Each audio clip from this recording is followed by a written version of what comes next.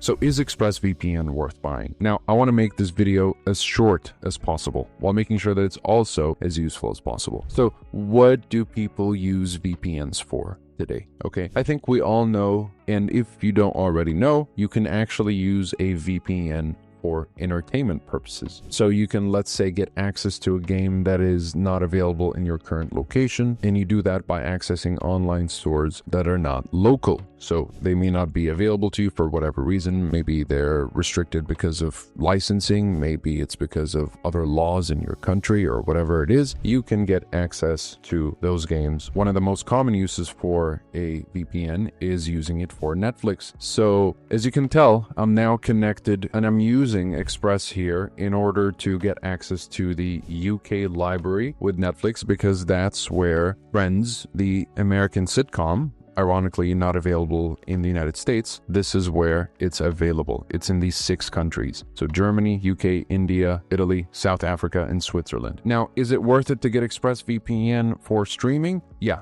absolutely. It's my personal go-to choice. I've used Nord, I've used Surf, I've used Proton VPN, PIA, CyberGhost, a bunch of other VPNs, and I've tested them specifically for streaming. Honestly, the level of consistency and reliability as far as accessing streaming services and allowing you to continue to watch without any trouble. Basically, a lot of these streaming services won't allow you to use a VPN. So if you use a VPN, they end up finding out that you're using a VPN and they display some kind of message like you're using a proxy or a VPN, please disconnect and then connect back. This is because these streaming services have systems that pick up VPN traffic. Now, what's nice about ExpressVPN is that it has this obfuscation technology that is always on by default. You don't even have to turn it on. So it allows your traffic to look like any normal traffic, which gives you that ability to obfuscate the fact that you're using a VPN and get access to any online stores, any streaming platforms or services that are not available to you, any streaming libraries, let's say on Netflix, that are not available to you. And it works the same if you're trying to access also websites, maybe gambling websites, maybe,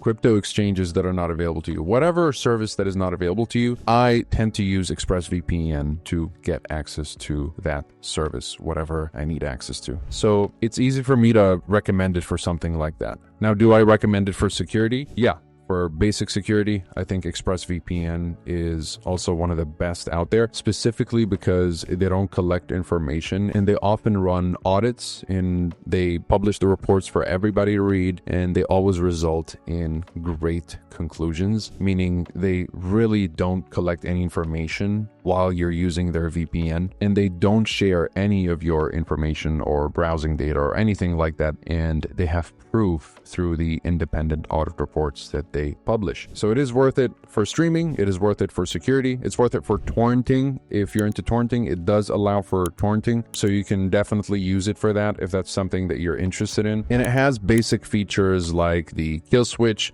which is going to stop any leaks in case the VPN disconnects unexpectedly. So you won't connect back to your local network, it'll stop you. So let's say you're on a certain website that is not available in your location, and then the VPN disconnects somehow. It won't just connect back to your local network so that, your ISP knows what you're doing. No, it'll just disconnect your internet so that nobody knows what you are doing online. It's your right to privacy. So split tunneling is essentially going to allow you to choose which applications are routed through the VPN and which are not. So, you can choose specific apps. Let's say I want my Google Chrome and any Internet Explorer, let's say, to use the VPN or not use the VPN, right? So it's really up to me. Here, if you hover over to advanced protection, you'll see an ad blocker, tracker blockers, which are always useful to keep on, and also an easy way to block adult sites. So if you want easy parental control, then ExpressVPN is great for that. I haven't really seen this in any other VPN, to be honest. And protocols, you do have a bunch of protocols. I would just go with the fastest and enable lightweight turbo.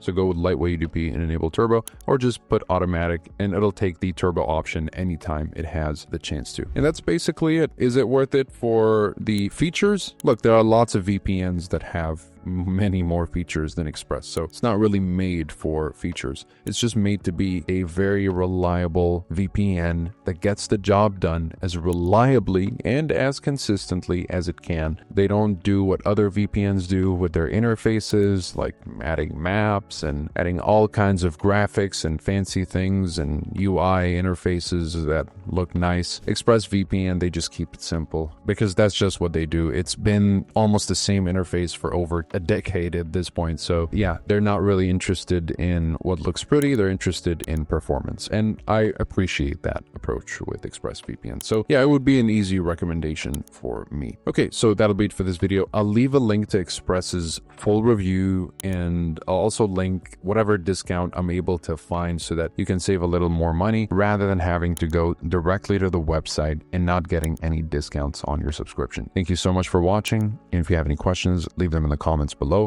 and I'll see you guys in the next video.